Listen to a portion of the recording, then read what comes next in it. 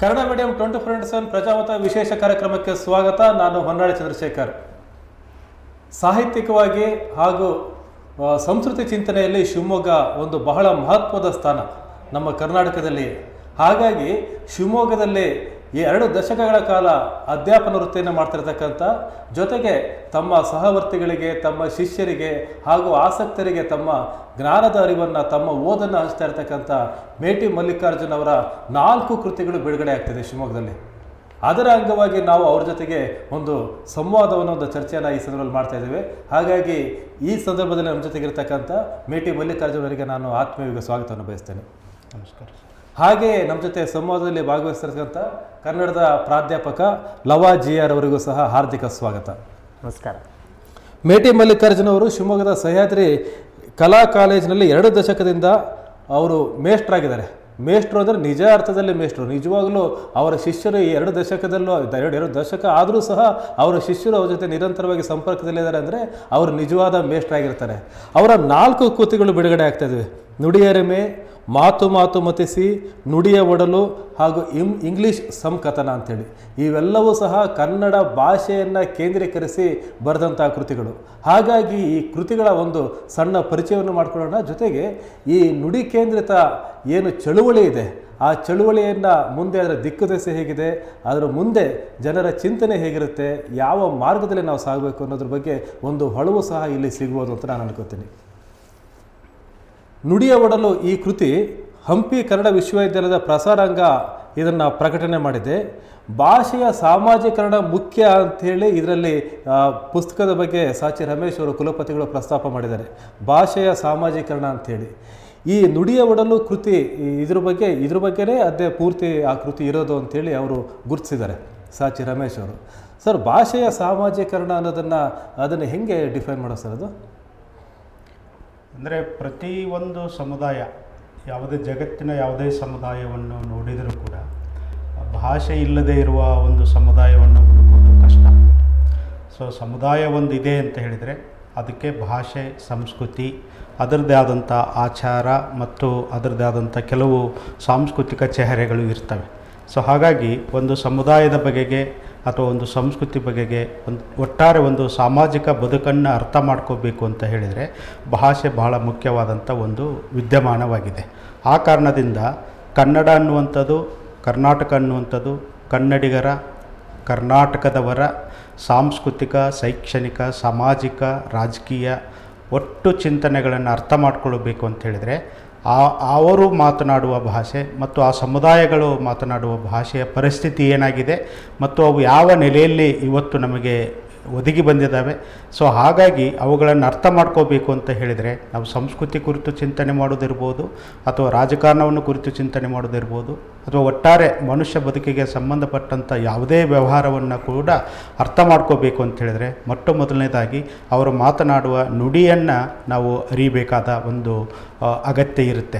ಆ ಕಾರಣದಿಂದ ನಾನು ಪ್ರಾಥಮಿಕವಾಗಿ ಭಾಷಾಶಾಸ್ತ್ರದ ವಿದ್ಯಾರ್ಥಿಯಾಗಿರೋದ್ರಿಂದ ನನ್ನ ಒಟ್ಟಾರೆ ಗ್ರಹಿಕೆಗಳು, ನನ್ನ ಆಲೋಚನೆಗಳು, ಒಟ್ಟು ನನ್ನ ಮೂಲಕ ಒಡಮೂಡುವ ಚಿಂತನೆಗಳು ಭಾಷೆಯನ್ನೇ ನೆಲೆಯಾಗಿಸಿಕೊಂಡು ರೂಪುಗೊಳ್ಳುತ್ತವೆ. ಸೊ ಹಾಗಾಗಿ ನಾನು ಸಾಹಿತ್ಯವನ್ನು ಕುರಿತು ಮಾತನಾಡುವಾಗ, ಸಂಸ್ಕೃತಿಯನ್ನು ಕುರಿತು ಮಾತನಾಡುವಾಗ, ಶಿಕ್ಷಣವನ್ನು ಕುರಿತು ಮಾತನಾಡುವಾಗ, ಅಥವಾ ಸಮಾಜದ ಯಾವುದೇ ವ್ಯವಹಾರವನ್ನು, ವಿದ್ಯಮಾನವನ್ನು ಕುರಿತು ಮಾತನಾಡುವಾಗ ನಾನು ಮೂಲತಃ ಭಾಷೆಯ ಮೂಲಕ ಅವುಗಳನ್ನು ಅರಿಯುವ, ಆ ಮೂಲಕ ಅವುಗಳನ್ನು ಅರ್ಥೈಸಿಕೊಳ್ಳುವಂಥ ಒಂದು ಪ್ರಯತ್ನವನ್ನು ನಾನು ಮಾಡುತ್ತಾ ಬಂದಿದ್ದೇನೆ. ಸೊ ಈ ಎಲ್ಲ ನನ್ನ ಬರಹಗಳಲ್ಲಿ ಭಾಷೆಯನ್ನೇ ಹಿನ್ನೆಲೆಯಾಗಿಟ್ಕೊಂಡು ಅಥವಾ ಭಾಷೆಯನ್ನೇ ಕೇಂದ್ರೀಕರಿಸಿಕೊಂಡು ನನ್ನ ಬರಹಗಳನ್ನು ನಾನು ಬರೆಯುವ ಪ್ರಯತ್ನವನ್ನು ಮಾಡಿದ್ದೇನೆ. ಸೊ ಹಾಗಾಗಿ ಈ ಸಾಮಾಜೀಕರಣ ಅನ್ನುವಂಥದ್ದೇ ಅದು ಭಾಷೆ ಮೂಲಕ ಏರ್ಪಡುವ ಮತ್ತು ಭಾಷಿಕವಾದಂಥ ಒಂದು ಆಗು ಹೋಗು ನಡೆ ನುಡಿ ಏನಿರುತ್ತಲ್ಲ ಅದನ್ನು ನಾನು ಒಟ್ಟಾರೆಯಾಗಿ ಸಾಮಾಜೀಕರಣ ಅಂತ ಗುರುತಿಸುವ ಪ್ರಯತ್ನ ಮಾಡ್ತೀನಿ. ಸೊ ಹಾಗಾಗಿ ಸಾಮಾಜೀಕರಣ ಅನ್ನುವಂಥದ್ದು ಭಾಷೆಯನ್ನು ಹೊರತುಪಡಿಸಿರೋದಲ್ಲ, ಅಥವಾ ಭಾಷೆ ಅನ್ನೋದಕ್ಕೆ ಒಂದು ಸಾಮಾಜಿಕ ಆಯಾಮ ಇಲ್ಲದೆ ಹೋದರೆ ಅದರ ಯಾವ ಆಗು ಹೋಗುಗಳು ಕೂಡ ಜನರ ಚೆಹರೆಗಳಾಗಿ ಅವು ಪರಿವರ್ತನೆ ಪಡೆಯೋದಿಲ್ಲ, ಅಥವಾ ಜನರ ಒಂದು ಅಸ್ಮಿತೆಯಾಗಿ ಅಥವಾ ಅವರ ಒಂದು ಗುರುತಾಗಿ ಅವು ಯಾವತ್ತಿಗೂ ಒಂದು ನೆಲೆಯನ್ನು ಪಡೆದುಕೊಳ್ಳೋದಕ್ಕೆ ಸಾಧ್ಯವಾಗುವುದಿಲ್ಲ. ಭಾಷೆಯ ಸಾಮಾಜೀಕರಣ ಈ ಪ್ರಕ್ರಿಯೆ ಏನಿದೆ ಸರ್, ಒಂದು ಕುತೂಹಲ ಇದೆ. ಈಗ ಭಾಷೆ ಬೇರೆ, ಈಗ ಹೆಂಗೆ ಅಂತಂದರೆ ನಾವು ಹಿಂದೆ ಓದಿದ ಹಲವು ಕೃತಿಗಳಾಗಿರ್ಬೋದು ಅಥವಾ ಸಂಸ್ಕೃತಿ ಚಿಂತನೆ ಆಗಿರ್ಬೋದು, ಅದು ಭಾಷೆಯನ್ನು ಹೊರತುಪಡಿಸಿ ರಾಜಕೀಯವನ್ನು ನೋಡ್ತಕ್ಕಂಥ, ಭಾಷೆಯನ್ನು ಹೊರತುಪಡಿಸಿ ಸಂಸ್ಕೃತಿಯನ್ನು ನೋಡ್ತಕ್ಕಂಥ, ಎಷ್ಟೋ ಸರಿ ಈ ಸಾಹಿತ್ಯಕ್ಕೂ ಭಾಷೆಗೂ ಹಂಗೆ ಇಲ್ಲ ಅನ್ನುವಂಥ ಮನಸ್ಥಿತಿಯಲ್ಲೂ ಸಹ ಎಷ್ಟೋ ಕೃತಿಗಳು ಬಂದಿದ್ದಾವೆ. ಈ ಜನರ ಚಿಂತನೆಗಳು ಸಹ ಹಿಂದೆ ಇತ್ತು. ಈ ಭಾಷೆಯ ಸಾಮಾಜೀಕರಣ ಯಾವ ಹಂತದಲ್ಲಿ ಎಲ್ಲಿ ಶುರುವಾಯಿತು ಅಂತ ತಾವು ಎಲ್ಲಿ ಗುರುತಿಸಿದ್ದೀರಿ ಸರ್ ಇದನ್ನು? ಇದು ಏನಾಗುತ್ತಂದರೆ ಬಹುತೇಕ ಸನ್ನಿವೇಶದಲ್ಲಿ ಅದು ಕರ್ನಾಟಕ ಇರ್ಬೋದು ಅಥವಾ ಕರ್ನಾಟಕದ ಆಚೆ ಇರ್ಬೋದು, ಒಂದು ಕಾಲಘಟ್ಟದಲ್ಲಿ ನುಡಿ ಅನ್ನೋದನ್ನು ಅಥವಾ ಭಾಷೆ ಅನ್ನೋದನ್ನು ಒಂದು ಸಾಧನವಾಗಿ ಅಥವಾ ಒಂದು ಇನ್ಸ್ಟ್ರೂಮೆಂಟಾಗಿ ಮಾತ್ರ ಅದನ್ನು ನೋಡ್ತಾ ಬಂದಿದ್ದರು.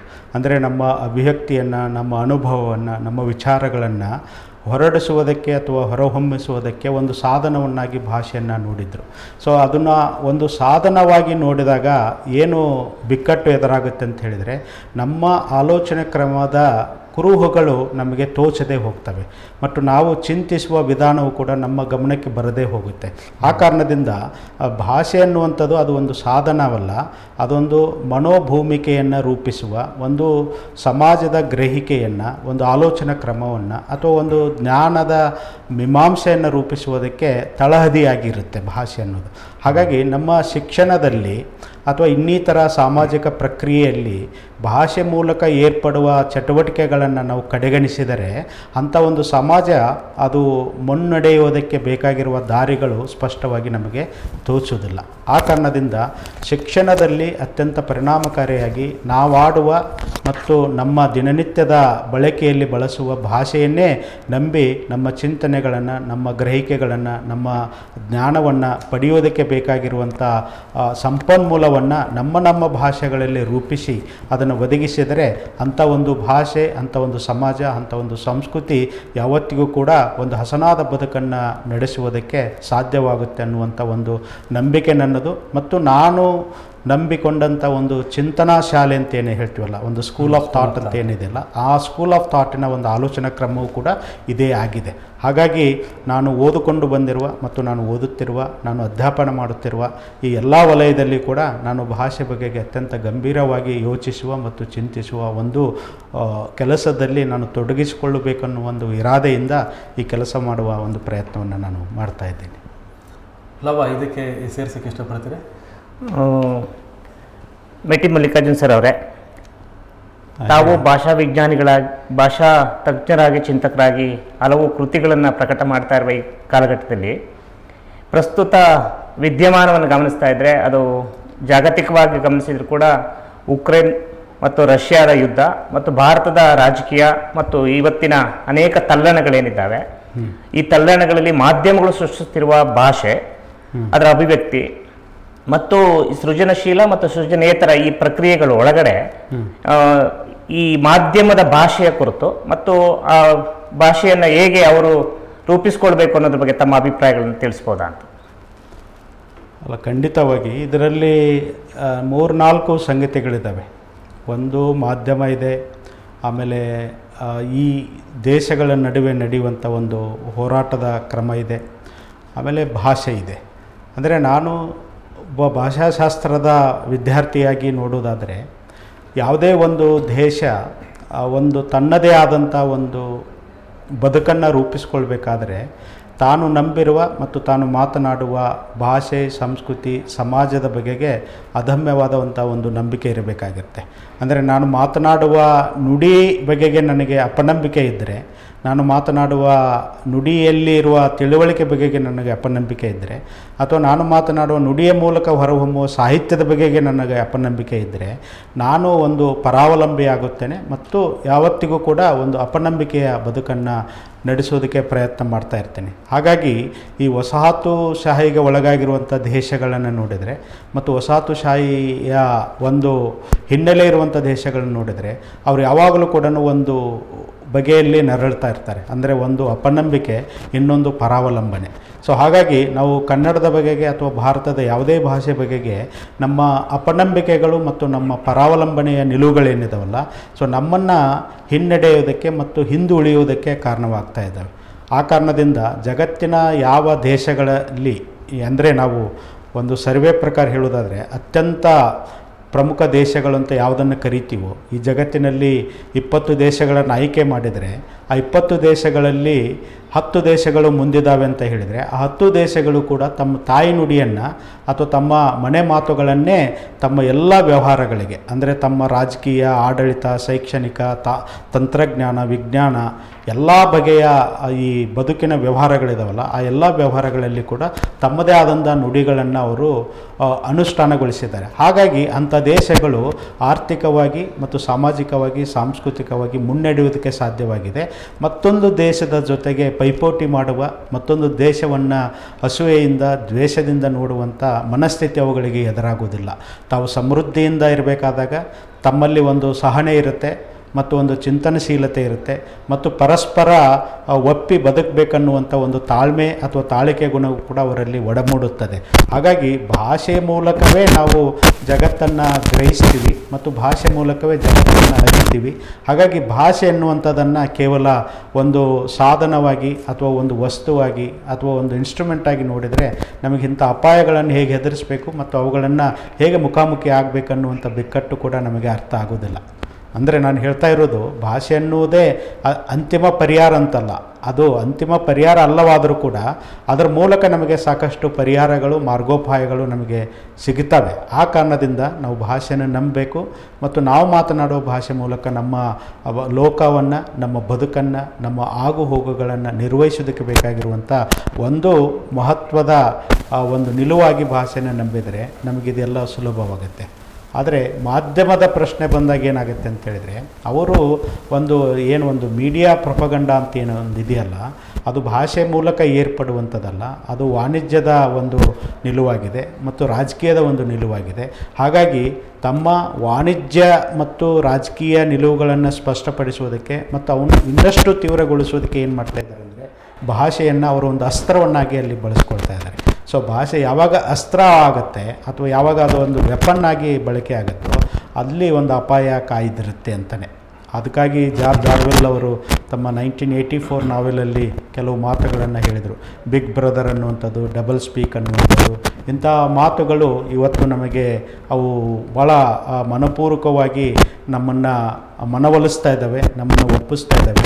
ಈ ದೇಶಗಳು ಭಾಷೆಗಳನ್ನು ಹೇಗೆ ಬಳಸ್ಕೊಳ್ತಾ ಇದ್ದಾವೆ ಮತ್ತು ಅದು ರಾಜಕೀಯ ಢಾಳವನ್ನಾಗಿ ಹೇಗೆ ರೂಪಿಸ್ತಾ ಇದ್ದಾವೆ ಅನ್ನೋದಕ್ಕೆ ಬೇಕಾಗಿರುವಂಥ ಸಾಕಷ್ಟು ಸಾಕ್ಷಿಗಳು ನಮಗೆ ಇವತ್ತು ಯಥೇಚ್ಛವಾಗಿ ಸಿಗ್ತಾ ಇದ್ದಾವೆ. ಸೊ ಹಾಗಾಗಿ ಮಾಧ್ಯಮವೂ ಇರ್ಬೋದು, ರಾಜಕಾರಣವೂ ಇರ್ಬೋದು, ಅಥವಾ ಒಟ್ಟಾರೆ ಸಾರ್ವಜನಿಕ ಬದುಕು ಏನಿದೆಯಲ್ಲ, ಇದು ಭಾಷೆಯನ್ನು ಅಪಮೌಲ್ಯಗೊಳಿಸುವ ಮತ್ತು ಅದನ್ನೊಂದು ಕೇವಲ ಒಂದು ಅಸ್ತ್ರವಾಗಿ ಬಳಸುವ ದಿಕ್ಕಿನಲ್ಲಿ ಸಾಗ್ತಾ ಇರೋದರಿಂದ ಇದೊಂದು ಸಮಾಜಕ್ಕೆ ಒಂದು ದೊಡ್ಡ ಅಪಾಯದಂತೆ ನನಗೆ ಕಾಣಿಸ್ತಾ ಇದೆ. ಸರ್, ತಮ್ಮ ಬರಹಗಳಲ್ಲಿ ಚಾಮ್ಸ್ಕಿಯ ಪ್ರಭಾವವನ್ನು, ತಮ್ಮ ಚಾಮ್ಸ್ಕಿಯ ಓದಿನ ಏನು ಮುಂದಿನ ಚಿಂತನೆ ಇದೆ ಅದನ್ನು ಭಾಳಷ್ಟು ಜನ ವಿಮರ್ಶಕರು ಗುರುತಿಸಿದ್ದಾರೆ.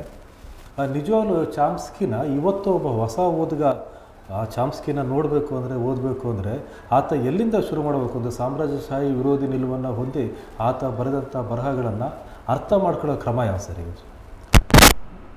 ಚಾಮ್ಸ್ಕಿಯನ್ನು ನಾವು ಯಾವ ಹಿನ್ನೆಲೆಯಿಂದ ಅರ್ಥ ಮಾಡ್ಕೋಬೇಕನ್ನೋದು ಭಾಳ ಮುಖ್ಯ ಆಗುತ್ತೆ. ಮೊದಲನೇದಾಗಿ ನಾನೊಬ್ಬ ಭಾಷಾಶಾಸ್ತ್ರದ ವಿದ್ಯಾರ್ಥಿಯಾಗಿ ಚಾಮ್ಸ್ಕಿಯನ್ನು ಅರ್ಥ ಮಾಡ್ಕೊಳ್ತೀನೋ, ಅಥವಾ ಒಬ್ಬ ರಾಜಕೀಯ ಶಾಸ್ತ್ರದ ವಿದ್ಯಾರ್ಥಿಯಾಗಿ ಚಾಮ್ಸ್ಕಿಯನ್ನು ಅರ್ಥ ಮಾಡ್ಕೊಳ್ತೀನೋ, ಅಥವಾ ಅಂತಾರಾಷ್ಟ್ರೀಯ ವಿದ್ಯಮಾನಗಳನ್ನು ಕುರಿತು ಅವುಗಳ ಸಂಬಂಧ ಇರ್ಬೋದು ಮತ್ತು ಅಲ್ಲಿ ಏರ್ಪಡುವ ನೀತಿ ನಿಲುವುಗಳಿರ್ಬೋದು, ಆ ಬಗೆಯಲ್ಲಿ ಚಾಮ್ಸ್ಕಿಯನ್ನು ಅರ್ಥ ಮಾಡ್ಕೊಳ್ತಾ ಇದ್ದೀನೋ, ಅಥವಾ ಯಾವುದೋ ಒಂದು ಯುದ್ಧ ವಿರೋಧಿ ನೀತಿಯನ್ನು ಕುರಿತು ಚಾಮ್ಸ್ಕಿಯನ್ನು ಅರ್ಥ ಮಾಡ್ಕೊಳ್ತೀನೋ ಅನ್ನುವಂಥದ್ದು ಭಾಳ ಮುಖ್ಯವಾಗಿರುತ್ತೆ. ಅಂದರೆ ಚಾಮ್ಸ್ಕಿ ಒಬ್ಬ ಮಹಾ ಚಿಂತಕ ಹೌದು ಮತ್ತು ಭಾಳ ದೊಡ್ಡ ಭಾಷಾಶಾಸ್ತ್ರಜ್ಞ ಹೌದು. ಆದರೆ ಅವರೇ ಹೇಳುವ ಹಾಗೆ ಭಾಷೆ ಬಗೆಗಿನ ಚಿಂತನೆಗೂ ಮತ್ತು ನನ್ನ ರಾಜಕೀಯ ಚಿಂತನೆಗೂ ನೇರವಾದ ಸಂಬಂಧಗಳಿಲ್ಲ ಅನ್ನುವಂಥ ಒಂದು ಮಾತನ್ನು ಕೂಡ ಅವರು ಹೇಳಿದ್ದಾರೆ. ಅದನ್ನು ಕೆಲವಾರು ಸಾರಿ ಹೇಳಿದ್ದಾರೆ. ಆದರೆ ಅವರ ಚಿಂತನೆಗಳನ್ನು ಅಧ್ಯಯನ ಮಾಡಿದಂಥ ಎಷ್ಟೋ ಜನರು ಅವರ ರಾಜಕೀಯ ಚಿಂತನೆಗಳು ಅಷ್ಟು ಪ್ರಖರವಾಗಿ ಹೊರಹೊಮ್ಮುವುದಕ್ಕೆ ಅವರೊಬ್ಬ ಭಾಷಾಶಾಸ್ತ್ರಜ್ಞನಾಗಿರೋದೇ ಕಾರಣ ಅನ್ನುವಂಥ ಮಾತುಗಳನ್ನು ಕೂಡ ಹೇಳಿದ್ದಾರೆ. ಸೊ ಹಾಗಾಗಿ ಚಾಮ್ಸ್ಕಿಯನ್ನು ಕುರಿತು ಅಧ್ಯಯನ ಮಾಡಬೇಕು, ಚಾಮ್ಸ್ಕಿಯನ್ನು ಅರ್ಥ ಮಾಡ್ಕೋಬೇಕು, ಚಾಮ್ಸ್ಕಿಯ ಚಿಂತನಧಾರೆಗಳನ್ನು ನಾನು ರೂಢಿಸ್ಕೋಬೇಕು ಅಂತ ಹೇಳಿದರೆ ಅವರು ಮುಖ್ಯವಾಗಿ ಭಾಷೆ ಬಗೆಗೆ ಚಾಮ್ಸ್ಕಿ ಏನು ಹೇಳ್ತಾ ಇದ್ದಾರೆ, ಭಾಷೆ ಅಂದರೆ ಏನು ಮತ್ತು ಅದರ ಸ್ವರೂಪ ಯಾವುದು, ಅದರ ಸ್ವಭಾವ ಏನು ಅನ್ನೋದನ್ನು ಅರ್ಥ ಮಾಡ್ಕೋಬೇಕಾದಂಥ ಒಂದು ಅಗತ್ಯ ಇದೆ. ಸೊ ಕನ್ನಡದಲ್ಲಿ ಚಾಮ್ಸ್ಕಿಯನ್ನು ಕುರಿತು ಬಂದಿರುವಂಥ ಬರಹಗಳು ಅತ್ಯಂತ ಕಡಿಮೆ. ಅದು ಇತ್ತೀಚೆಗೆ ನಮ್ಮ ನಾಡಿನ ಚಿಂತಕರಾದಂಥ KV ನಾರಾಯಣ್ ಅವರು ಒಂದು ಪುಸ್ತಕವನ್ನು ತಂದರು, ಚಾಮ್ಸ್ಕಿಯ ಜೊತೆಗೆ 2 ಹೆಜ್ಜೆ ಅನ್ನುವಂಥ ಒಂದು ಪುಸ್ತಕವನ್ನು ತಂದರು. ಆ ಪುಸ್ತಕದಲ್ಲಿ ಚಾಮ್ಸ್ಕಿ ಭಾಷೆ ಬಗೆಗೆ ಮತ್ತು ಭಾಷೆ ಅಂದ್ರೇನು, ಅದರ ಸ್ವಭಾವ ಸ್ವರೂಪವನ್ನು ಕುರಿತು ಭಾಳ ಒಂದು ಸ್ಪಷ್ಟವಾದಂಥ ಮತ್ತು ಎಲ್ಲರೂ ಅದನ್ನು ಅರ್ಥೈಸ್ಕೊಳ್ಳೋದಕ್ಕೆ ಯೋಗ್ಯವಾದಂಥ ಚಿಂತನೆಗಳನ್ನು ಅಲ್ಲಿ ಬೆಳೆಸಿದ್ದಾರೆ. ಇದಕ್ಕೆ ಹೊರತಾಗಿ ಬೇರೆ ಬೇರೆದವರು ಕೂಡ ತಮ್ಮ ಬರಹಗಳಲ್ಲಿ ಆ ಚಿಂತನೆಗಳನ್ನು ಒಡಮೂಡಿಸಿದ್ದಾರೆ. ಅದು KV ತಿರುಮಲೇಶ್ ಇರ್ಬೋದು, SN ಶ್ರೀಧರ್ ಇರ್ಬೋದು, ಗಿರಿಧರ್ ಅವರು ಅಂತೇಳಿ ಮೈಸೂರಲ್ಲಿದ್ದಾರೆ ಅವರು ಇರ್ಬೋದು, ಆಮೇಲೆ ಇನ್ನಿತರ ಚಿಂತಕರು ಅಂತ ಕೆಲವು ಚಟುವಟಿಕೆಗಳನ್ನು ಮಾಡ್ತಾ ಬಂದಿದ್ದಾರೆ. ಸೊ ಹಾಗಾಗಿ ಚಾಮ್ಸ್ಕಿ ಅನ್ನುವಂಥದ್ದು ಈಗ ಒಂದು ದೊಡ್ಡ ಸಾಗರ ಈಗ. ಸೊ ಹಾಗಾಗಿ ಅದನ್ನು ಅರ್ಥ ಮಾಡ್ಕೋಬೇಕಂದ್ರೆ ಒಂದು ದಡದಿಂದ ನಾವು ಕ್ರಮಿಸಿದರೆ ಇನ್ನೊಂದು ದಡ ಮುಟ್ಟುವುದಕ್ಕೆ ಸಾಧ್ಯವಾಗುತ್ತಂತ ನನಗೆ ಅನಿಸ್ತಾ ಇದೆ. ಮಾನವನ ಅಸ್ತಿತ್ವ ಭಾಷೆ ಅನ್ನುವಂಥ ಈಗ ಒಂದು ಚರ್ಚೆಯಲ್ಲಿ ಒಂದು ಸಣ್ಣ ವಿರಾಮವನ್ನು ತೆಗೆದುಕೊಂಡು ಮತ್ತೆ ವಾಪಸ್ ಹೋಗೋಣ ಸರ್. ಖಂಡಿತ.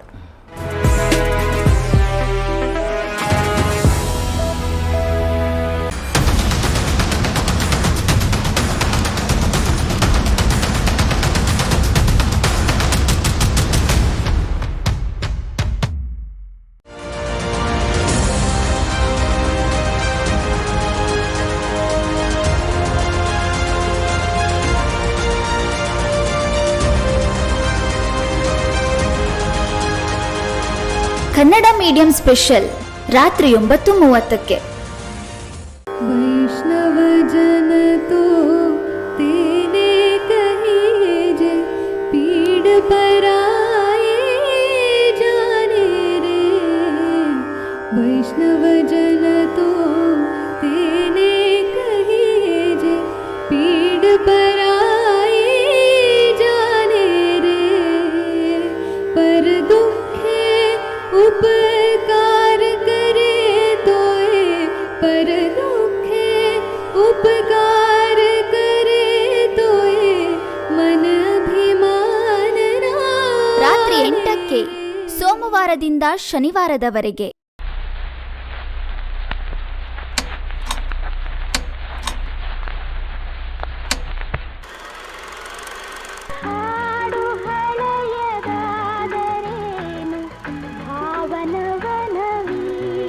ಹಾಡು ಹಳೆಯದಾದರೇನು ಭಾವನವನ ವೀಣ ರಾತ್ರಿ 8:30ಕ್ಕೆ.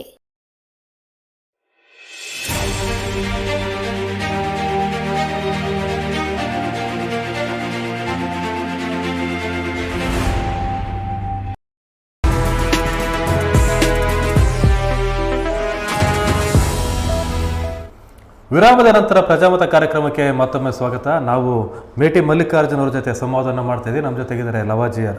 ಮೇಟಿ ಮಲ್ಲಿಕಾರ್ಜುನ್ ಅವರ 4 ಕೃತಿಗಳ ಬಿಡುಗಡೆ ಕಾರ್ಯಕ್ರಮ ಮಾರ್ಚ್ 16ನೇ ತಾರೀಕು ಬುಧವಾರ ಸಂಜೆ 5:30ಕ್ಕೆ ಶಿವಮೊಗ್ಗದ ಪತ್ರಿಕಾ ಭವನದಲ್ಲಿ ನಡೀತಾ ಇದೆ.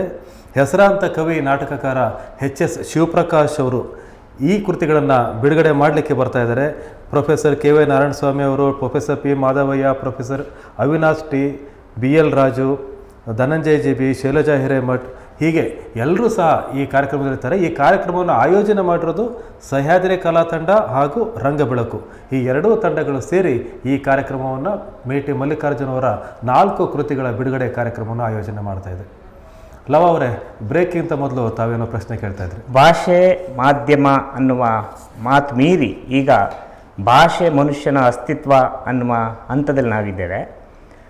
ಕನ್ನಡದ ಅಸ್ಮಿತೆಯ ನೆಲೆಗಳಾಗಿ ನಾವು ಯೋಚನೆ ಮಾಡ್ತಾ ಇರಬೇಕಾದ್ರೆ BM ಶ್ರೀ ಅವರು ಕನ್ನಡ ಮಾತು ತಲೆ ಎತ್ತುವ ಬಗೆ ಮತ್ತು DR ನಾಗರಾಜ್ ಅವರು ಕನ್ನಡ ಸಂವರ್ಧನೆ, ಇತ್ತೀಚೆಗೆ ನಾವು DR ಶಂಕರ್ ಭಟ್ರವರು ಕನ್ನಡವನ್ನು ಅದರ ಅಸ್ಮಿತೆಯ ನೆಲೆಗಳನ್ನು ಮಾತನಾಡ್ತಾ ಇರುವ ಕಾಲಘಟ್ಟದಲ್ಲಿ ನೀವು ಭಾಷಾಶಾಸ್ತ್ರಜ್ಞರಾಗಿ ನಾವು ಇಲ್ಲಿ ಕನ್ನಡಿಗರು ತನ್ನ ಅಸ್ಮಿತೆಗಳನ್ನು ಮತ್ತು ಹೇಗೆ ರೂಪಿಸ್ಕೊಳ್ಬೇಕು, ಕನ್ನಡಿಗರ ಅಸ್ಮಿತೆಯ ನೆಲೆಗಳು ಹೇಗಿರಬೇಕು, ಅವರು ಹೇಗೆ ಕಟ್ಕೊಳ್ಬೇಕು ಅನ್ನುವಂಥದ್ರ ಬಗ್ಗೆ ತಮ್ಮ ನಿಲುವುಗಳನ್ನು ಸ್ಪಷ್ಟ ಮಾಡಬೇಕು ಅಂತ ಕೇಳ್ಕೊಳ್ತೀನಿ.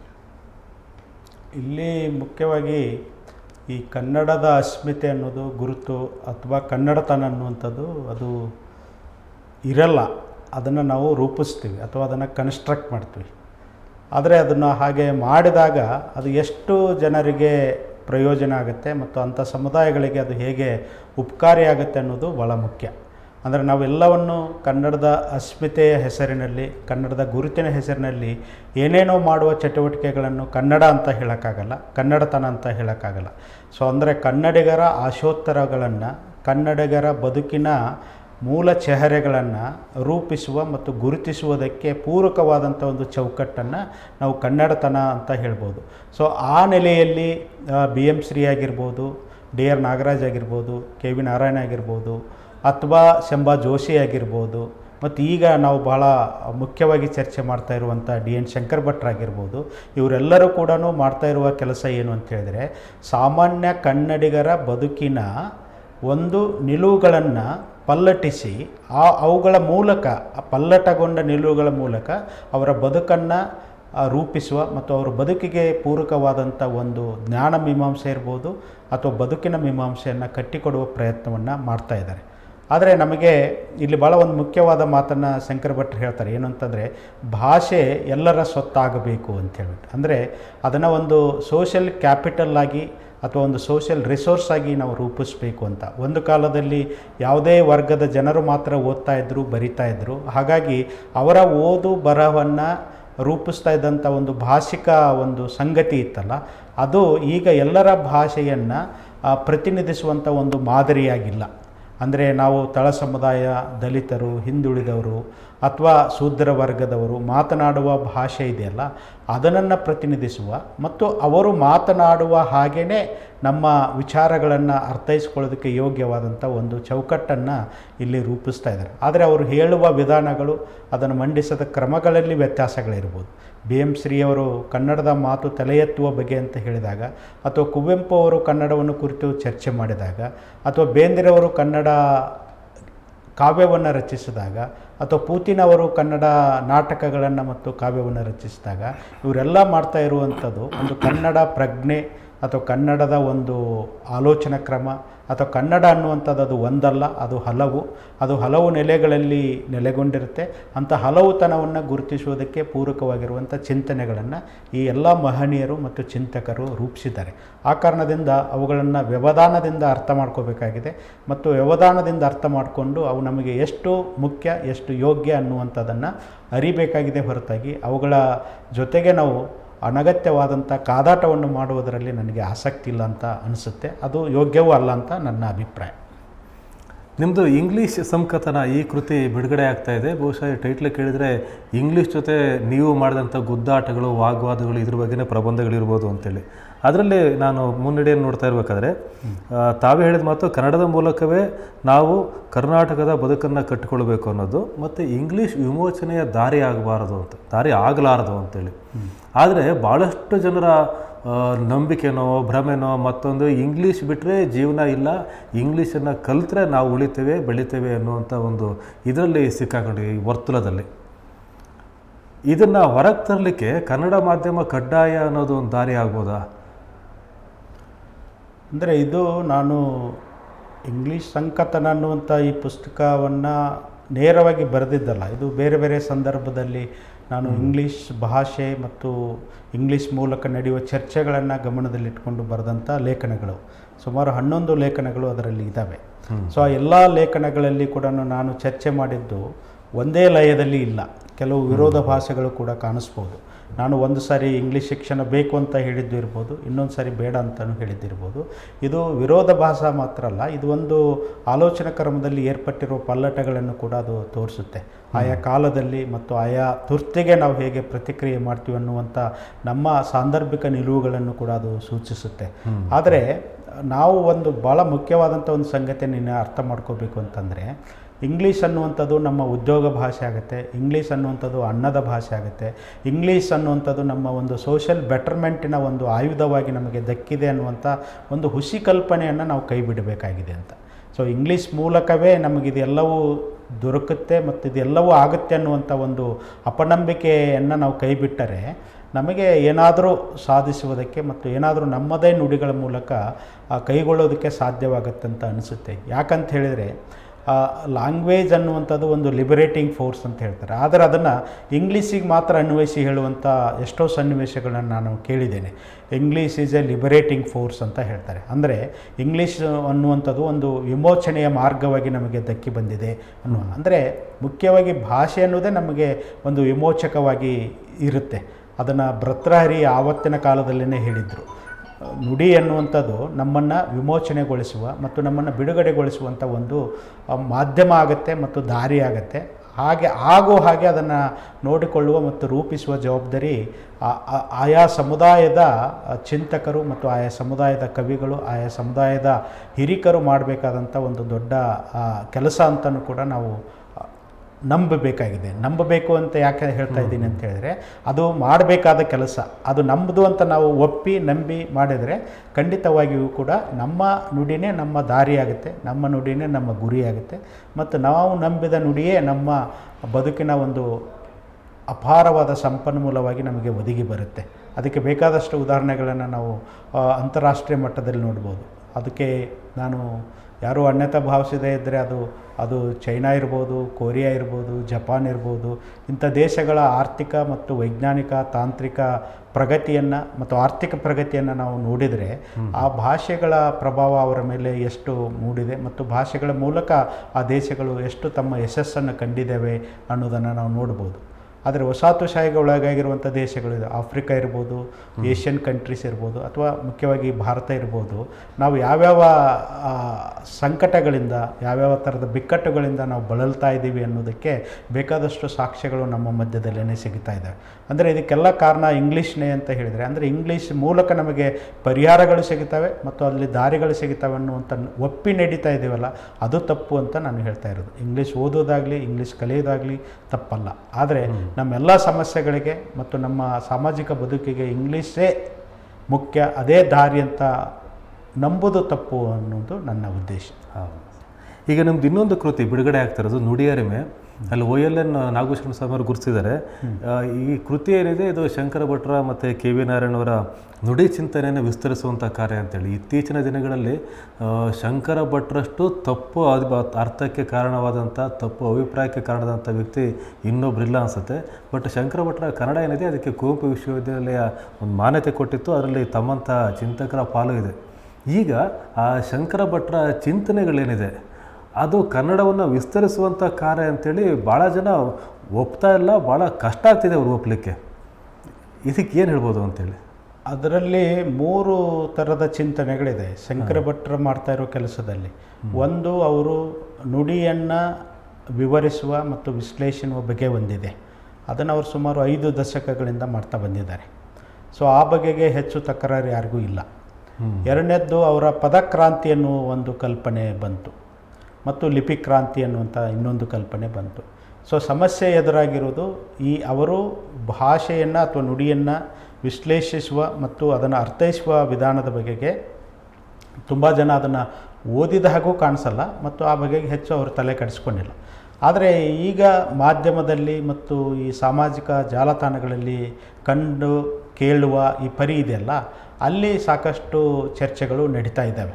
ಶಂಕರ ಭಟ್ರು ಮಾಡ್ತಾ ಇರೋದು ಕನ್ನಡಕ್ಕೆ ಬೇಕು ಕನ್ನಡದ ಪದಗಳು ಮತ್ತು ಕನ್ನಡಕ್ಕೆ ಬೇಕು ಕನ್ನಡದ ಲಿಪಿಗಳು, ಕನ್ನಡದ ಅಕ್ಕರ ಮತ್ತು ಏನು ಬರಿಗೆಗಳು ಅಂತ ಅವ್ರು ಏನು ಹೇಳ್ತಾ ಇದ್ದಾರೆ, ಇವನ್ನ ಹೇಳುವ ಮೂಲಕ ಒಂದು ಅಸಹನೆ ಸೃಷ್ಟಿ ಆಗ್ತಾಯಿದೆ. ಶಂಕರ ಭಟ್ರು ಹೇಳ್ತಾ ಇರೋದು ಏನು ಅಂತ ಹೇಳಿದರೆ, ನಾವು ಮಾತನಾಡುವ ಹಾಗೆ ಬರಿಬೇಕಂತ ಹೇಳ್ತಾ ಇಲ್ಲ ಅವರು, ನಾವು ಓದುವ ಹಾಗೆ ಬರಿಬೇಕು ಅಂತ ಹೇಳಿ. ಅವರು ಓದು ಕನ್ನಡದ ಬಗೆಗೆ ಚರ್ಚೆ ಮಾಡೋದು. ಮಾತನಾಡುವವರು ಸಾವಿರಾರು ವರಸೆಯಲ್ಲಿ ಸಾವಿರಾರು ಬಗೆಯಲ್ಲಿ ಮಾತಾಡ್ತಾ ಇದ್ದಾರೆ. ಅವರು ಮಾತಾಡಿದ ಹಾಗೆಯೇ ನಾವು ಬರಿಬೇಕಂತಂದರೆ ಅದು ಅಸಾಧ್ಯವಾದದ್ದು ಅನ್ನುವಂಥದ್ದು ಅವರಿಗೆ ಸ್ಪಷ್ಟವಾಗಿದೆ. ನಾವು ಓದಬೇಕಾದ್ರೆ ಈಗ ಉದಾಹರಣೆಗಾಗಿ ಮಹಾಪ್ರಾಣಗಳನ್ನು ನಾವು ಹೆಚ್ಚಾಗಿ ಬಳಸಲ್ಲ.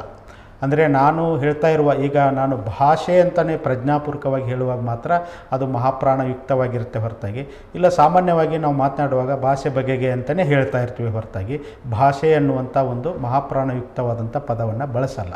ಸೊ ಹಾಗಾಗಿ ನೀವು ಯಾವುದನ್ನು ನಮ್ಮ ಮಾತಿನಲ್ಲಿ ಬಳಕೆಯಾಗಲ್ಲವೋ ಅಂಥ ಒಂದು ಹೇರಿಕೆಯನ್ನು ನಾವು ಯಾಕೆ ಆಡುಗರ ಮೇಲೆ ಮತ್ತು ಭಾಷಿಕರ ಮೇಲೆ ಅದನ್ನು ಹೇರಬೇಕು ಅನ್ನುವಂಥದ್ದು ಅವರ ಅಭಿಪ್ರಾಯ. ಅದು ಸೊ ಅದು ಸಮಂಜಸವಾದದ್ದು ಮತ್ತು ಭಾಳ ಯುಕ್ತವಾದಂಥ ಅಭಿಪ್ರಾಯ ಅಂತ ನನಗೆ ಮನವರಿಕೆ ಆಗಿದೆ. ಆ ಕಾರಣದಿಂದ ನಾವು ಕನ್ನಡದ ಮಾತು ಮತ್ತು ಬರಹದ ನಡುವೆ ಇರುವಂಥ ಕಂದಕಗಳನ್ನು, ಅಂತರಗಳನ್ನು ಕಡಿಮೆ ಮಾಡಬೇಕು ಅಂತ ಹೇಳಿದರೆ ಶಂಕರ ಭಟ್ರ ಈ ದಾರಿ ಸುಗಮವಾದದ್ದು ಅಂತ ನನಗೆ ಅನಿಸುತ್ತೆ. ಮತ್ತು ಎರಡನೇದಾಗಿ ಪದಕ್ರಾಂತಿ ಅನ್ನುವಂಥ ಒಂದು ಮಾತನ್ನು ಹೇಳಿದೆ. ಅವರು ಹೇಳ್ತಾ ಇರಬೇಕಾದಾಗ ಸಂಸ್ಕೃತ ಮೂಲದಿಂದನೇ ಅಥವಾ ಬೇರೆ ಭಾಷೆ ಮೂಲದಿಂದನೇ ನೀವು ಕನ್ನಡದ ಪರಿಭಾಷೆಯನ್ನು ಅಥವಾ ಪಾರಿಭಾಷಿಕ ಪದಗಳನ್ನು ರೂಪಿಸುವ ಅಗತ್ಯ ಇಲ್ಲ. ಕನ್ನಡದ್ದೇ ಆದಂಥ ಸಾಕಷ್ಟು ಪದಗಳು ನಮ್ಮ ಜನಮಾನಸದಲ್ಲಿ ನೆಲೆ ನಿಂತಿದ್ದಾವೆ, ಅಂಥವುಗಳನ್ನು ಕೂಡ ನಾವು ಅನುಸರಿಸಬೇಕು ಅಂತ ಅವರು ಹೇಳ್ತಾ ಇದ್ದಾರೆ. ಈಗ ಉದಾಹರಣೆಗಾಗಿ ನಾಮಪದ ಅಂತ ಹೇಳ್ತೀವಿ, ಅದು ಬಹುತೇಕ ಎಲ್ಲರಿಗೂ ಸಾಮಾನ್ಯ ಜನರಿಗೆ ಅರ್ಥ ಆಗಲ್ಲ. ಹೆಸರು ಪದ ಅಂತ ಹೇಳಿದರೆ ಹೆಚ್ಚು ಜನರಿಗೆ ಅರ್ಥ ಆಗುತ್ತೆ, ಮತ್ತು ಕೆಲಸ ಪದ ಅಂತ ಹೇಳಿದರೆ ಹೆಚ್ಚು ಜನರಿಗೆ ಅರ್ಥ ಆಗುತ್ತೆ. ಅಂದರೆ ಯಾವುದನ್ನು ನಾವು ಕ್ರಿಯಾಪದ ಅಂತ ಹೇಳ್ತೀವಿ ಅದನ್ನು ಕೆಲಸ ಪದ ಅಂತೇಳಿ. ಸೊ ಈ ಥರದಲ್ಲಿ ಭಾಳ ಸರಳಗೊಳಿಸುವ ಮತ್ತು ಹೆಚ್ಚು ಸಮಾಜಮುಖಿಯಾಗಿ ಜನಮುಖಿಯಾಗಿರುವಂಥ ಚಿಂತನೆಗಳನ್ನು ಶಂಕರ ಭಟ್ರು ಮಾಡ್ತಾ ಬಂದಿದ್ದಾರೆ. ಇದಕ್ಕೆ ಪೂರಕವಾಗಿ ಕೆ ವಿ ನಾರಾಯಣ ಅವರು ಒಂದು ಮಾತನ್ನು ಹೇಳ್ತದೆ. ಅಂದರೆ ಕನ್ನಡದ್ದೇ ಪದಗಳನ್ನು ನೀವು ಬಳಸ್ತಾ ಹೋದರೆ ಮಹಾಪ್ರಾಣ ಬಿಡಬೇಕೋ ಬಿಡಬಾರ್ದು ಅನ್ನುವಂಥ ಈ ಜಿಜ್ಞಾಸೆ ಇದೆಯಲ್ಲ ಅದನ್ನು ನಾವು ತಪ್ಪಿಸ್ಬೋದು ಅಂತ. ಉದಾಹರಣೆಗಾಗಿ ಈ ಭಾಷೆ ಅನ್ನೋದನ್ನು ಬರೀಬೇಕೋ ಭಾಷೆ ಅಂತ ಬರೀಬೇಕು ಅನ್ನುವ ಈ ಜಿಜ್ಞಾಸೆ ಬಿಟ್ಟು ನುಡಿ ಅಂತ ಬಳಸಿಬಿಟ್ರೆ ಆವಾಗ ನಾವು ಕನ್ನಡದ್ದೇ ಪದ ಆಗುತ್ತೆ, ಅಲ್ಲಿ ತಕರಾರುಗಳು ಇರೋದಿಲ್ಲ ಅಂತ. ಹಾಗಾಗಿ ನಾವು ಈಗ ವಿಶ್ಲೇಷಣೆ ಅನ್ನೋದನ್ನು ಬಿಡಿಸಿ ಹೇಳೋದು ಅಥವಾ ಹೀಗೆ ಕನ್ನಡದ ಮೂಲಕ ಮತ್ತು ಕನ್ನಡದ ಪದಗಳನ್ನು ಹೆಚ್ಚು ಹೆಚ್ಚು ಬಳಸ್ತಾ ಹೋದಾಗ ಆವಾಗ ಸಹಜವಾಗಿ ಕನ್ನಡದ್ದೇ ಆದಂಥ ಒಂದು ಅರಿಮೆ ಪದಕೋಶ ರೂಪುಗೊಳ್ಳುತ್ತೆ ಅಥವಾ ಒಂದು ಪದನೇರಿಕೆ ರೂಪುಗೊಳ್ಳುತ್ತೆ ಅನ್ನುವಂಥ ಮಾತನ್ನು ಕೂಡ ಅವರು ಹೇಳ್ತಾ ಇದ್ದಾರೆ. ಸೊ ಈ ನಿಟ್ಟಿನಲ್ಲಿ ಶಂಕರ ಭಟ್ರು ಮತ್ತು ಆ ಥರದ ಆಲೋಚನಾ ಕ್ರಮವನ್ನು ರೂಪಿಸ್ತಾ ಇರುವವರು ಭಾಳ ಮುಖ್ಯವಾದವರು ಅಂತ ನನಗೆ ಅನಿಸುತ್ತೆ. ಲವ ಇದಕ್ಕೆ ಸೇರ್ಸೋಕ್ಕೆ ಇಷ್ಟಪಡ್ತೀನಿ ಸರ್, ಭಾಷೆ ಅನ್ನೋದು ಮಾತು, ಬರಹ, ಭಾವನೆಗಳ ಅಪೂರ್ಣ ಅಭಿವ್ಯಕ್ತಿಗಳಾಗಿ ಉಳಿಯುತ್ತವೆ.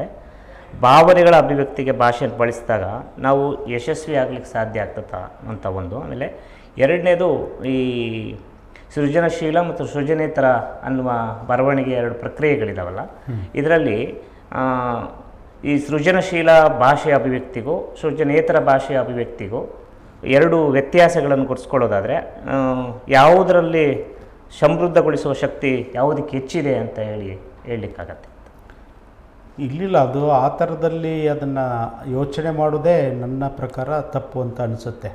ಒಂದು ಸೃಜನಶೀಲವಾದ ಒಂದು ಭಾಷೆ ಇರುತ್ತೆ ಮತ್ತು ಸೃಜನೇತರವಾದದ್ದು ಒಂದು ಭಾಷೆ ಇರುತ್ತೆ ಅಂತ ಈ ವರ್ಗೀಕರಣ ಮಾಡುವ ವಿಧಾನವೇ ತಪ್ಪು ಅಂತ ನನ್ನ ಅಭಿಪ್ರಾಯ. ಯಾಕಂತ ಹೇಳಿದರೆ ಈಗ ನೀವು ಕುಮಾರವ್ಯಾಸ ಬರಿತಾ ಇರುವ ಅವರ ಮಹಾಭಾರತವನ್ನು ಓದಿದಾಗ, ಪಂಪ ಬರೆದಿದ್ದನ್ನು ಓದಿದಾಗ, ವಚನಕಾರರು ಮಾತಾಡಿದ್ದನ್ನು ಕೇಳಿದಾಗ ಮತ್ತು ತತ್ವಪದಕಾರರು ಮಾತಾಡಿದ್ದನ್ನು ಕೇಳಿದಾಗ ಅಥವಾ ಕೀರ್ತನಕಾರರು ಹೇಳುವುದನ್ನು ಕೇಳಿದಾಗ ಅಥವಾ ಇತ್ತೀಚೆಗೆ ಲಂಕೇಶ್, ತೇಜಸ್ವಿ, ಅನಂತಮೂರ್ತಿ, ಮಾಸ್ತಿ, ಬೇಂದ್ರೆ ಇವರೆಲ್ಲ ಸಾಹಿತ್ಯವನ್ನು ಓದಿದಾಗ ನಮಗೆ ಎಷ್ಟೋ ಸಾರಿ ಅನ್ನಿಸುತ್ತೆ ಕಾವ್ಯದ ಭಾಷೆ ಒಂದು ಬೇರೆ ಇದೆ ಅಥವಾ ಗದ್ಯದ ಭಾಷೆ ಒಂದು ಬೇರೆ ಇದೆ ಅಂತಿಲ್ಲ. ಅದನ್ನು ನಿರೂಪಿಸುವ ಕ್ರಮ ಬೇರೆ ಬೇರೆ ಆಗುತ್ತೆ ಹೊರತಾಗಿ ಬಳಕೆಯಾಗುವ ಭಾಷೆ ಬೇರೆ ಇರುತ್ತೆ ಅಂತ ನನಗೇನು ಹಾಗೆ ಅನಿಸಲ್ಲ.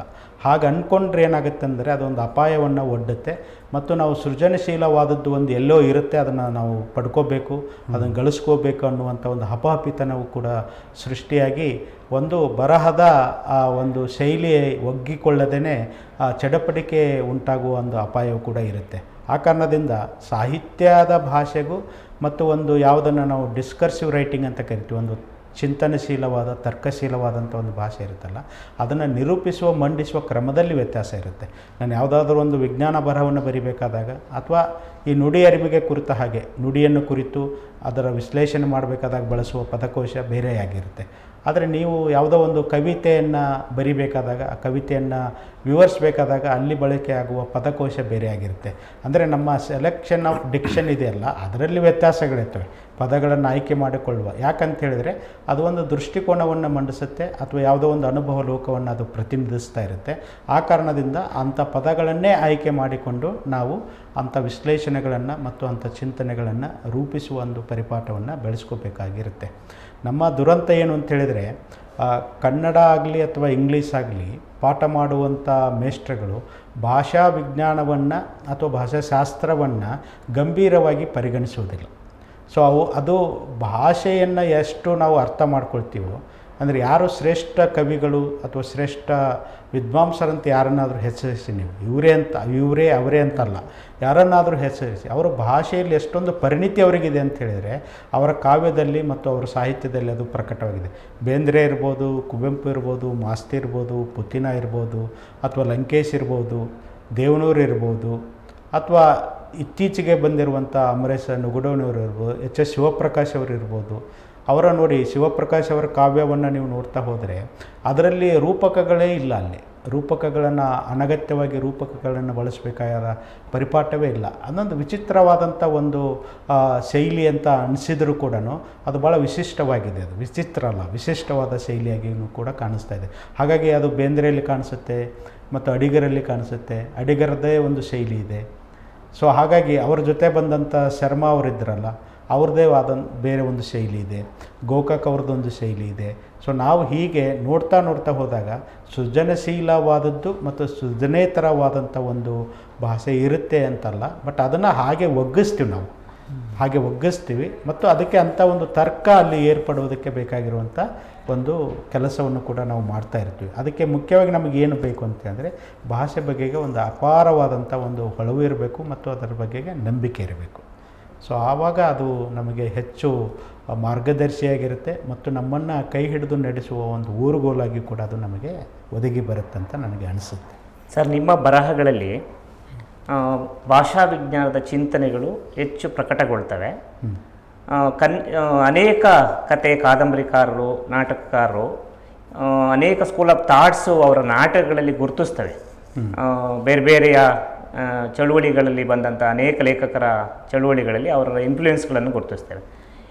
ಗಾಂಧಿ, ಅಂಬೇಡ್ಕರ್, ಲೋಹಿಯಾ, ಹೀಗೆ ಬೇರೆ ಬೇರೆಯ. ಅಂದರೆ ನಿಮ್ಮ ಬರವಣಿಗೆಗಳಲ್ಲಿ ಆ ಥರದ ಇನ್ಫ್ಲೂಯೆನ್ಸ್ಗಳನ್ನೇನಾದರೂ ನಿಮಗೆ ಪ್ರಭಾವಿತವಾಗಿದೆಯಾ ಬರವಣಿಗೆಗಳಲ್ಲಿ ಅಂತ? ಅಲ್ಲ, ಬರವಣಿಗೆಯಲ್ಲಿ ನನಗೆ ಅಂದರೆ ಬರಹದ ಶೈಲಿಗೆ ಪ್ರಭಾವ ಆಗಿಲ್ಲ, ಬಟ್ ನನ್ನ ವಿಚಾರದಿಂದ ಪ್ರಭಾವ ಆಗಿದೆ ನನಗೆ.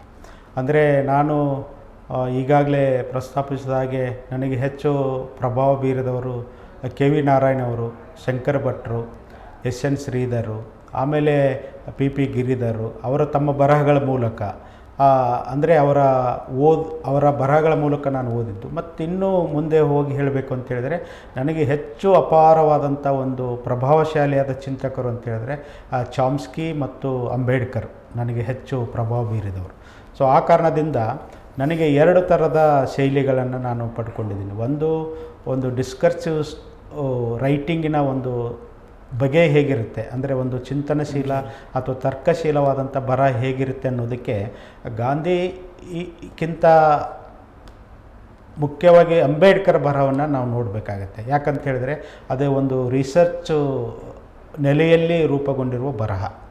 ಸೊ ಹಾಗಾಗಿ ಅದು ನಾನು ಕೇವಲ ಯಾವುದೋ ಒಂದು ಅನುಭವವನ್ನು ನಿರೂಪಿಸುವ, ಮಾತನಾಡುವ ಬಗೆ ಮಾತ್ರ ಅಲ್ಲ, ಅದು ಒಂದು ರಿಸರ್ಚ್ ಬೇಸ್ಡ್ ಆಗಿರುವಂಥ ಒಂದು ಬಗೆಯಾಗಿದೆ. ಹಾಗೆಯೇ ಚಾಮ್ಸ್ಕಿದು ಕೂಡ ಮತ್ತು ಇನ್ನಿತರ ಕನ್ನಡದ ಚಿಂತಕರು, ಶಂಭಾ ಜೋಶಿ ಅವರ ಚಿಂತನೆಗಳು, ಈ ಥರದಲ್ಲಿ ನನಗೆ ಹೆಚ್ಚು ಈ ಪ್ರಭಾವ ಅಂತ ಹೇಳಿದರೆ ನಾನು ಓದಿದ್ದು ಅವರನ್ನು. ಸೊ ಹಾಗಾಗಿ ಆಬ್ವಿಯಸ್ ಆಗಿ ಅವರ ಚಿಂತನೆಗಳಿಗೆ ನಾನು ಒಳಗಾಗಿದ್ದೀನಿ. ಅದು ಒಳಗಾಗೋದು ಅಂತ ಹೇಳಿದರೆ ಅದೊಂದು ಪರಂಪರೆ, ಅದು ಚಿಂತನಾ ಪರಂಪರೆ ಅದು.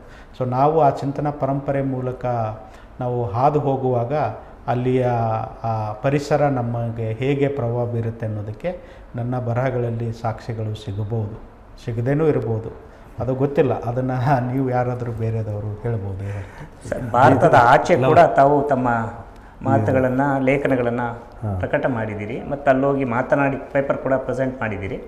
ಆ ಪೇಪರ್ನ ಮುಖ್ಯ ಆಶಯಗಳೇನಿದ್ದಾವೆ ಸರ್, ಅದರ ಚಿಂತನೆಗಳೇನಿದ್ದಾವೆ? ಅಲ್ಲಿ ಕೂಡ ಅಷ್ಟೇ. ನಾನಂದರೆ ಈಗ ಜಪಾನಲ್ಲಿ ಒಂದು ಪೇಪರ್ ಓದಿದೆ, ಅಲ್ಲಿ ಮಲ್ಟಿಲಿಂಗ್ವಲಿಸಮ್ ಆ್ಯಂಡ್ ಐಡಿಯಾಲಜಿ ಅನ್ನುವಂಥದ್ದು.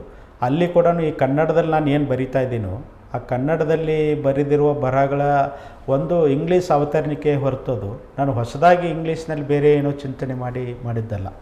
ಅಥವಾ ಯುರೋಪ್ ದೇಶದಲ್ಲಿ ಹೋಗಿ ಪೇಪರ್ ಓದಿದಾಗಲೂ ಕೂಡ ಅಲ್ಲಿ ಕೂಡ ನಾನು ಮಾಡಿದ್ದು ಕನ್ನಡ ಮತ್ತು ಇಂಗ್ಲೀಷ್ ಮಧ್ಯದ ತಿಕ್ಕಾಟಗಳನ್ನೇ ಕುರಿತು ಒಂದು ಪೇಪರನ್ನು ಮಾಡಿದೆ. ಅಂದರೆ ಕನ್ನಡ ವರ್ಸಸ್ ಇಂಗ್ಲೀಷ್ ಅನ್ನುವಂಥ ಒಂದು ಪೇಪರ್. ಸೊ ಅಲ್ಲಿ ಈ ಥರದ ಪೇಪರ್ಗಳು ನಾನು ಒಂದು 15-20 ಪತ್ರಿಕೆಗಳನ್ನು ಇಂಗ್ಲೀಷ್ನಲ್ಲಿ ಬರೆದಿದ್ದೇನೆ.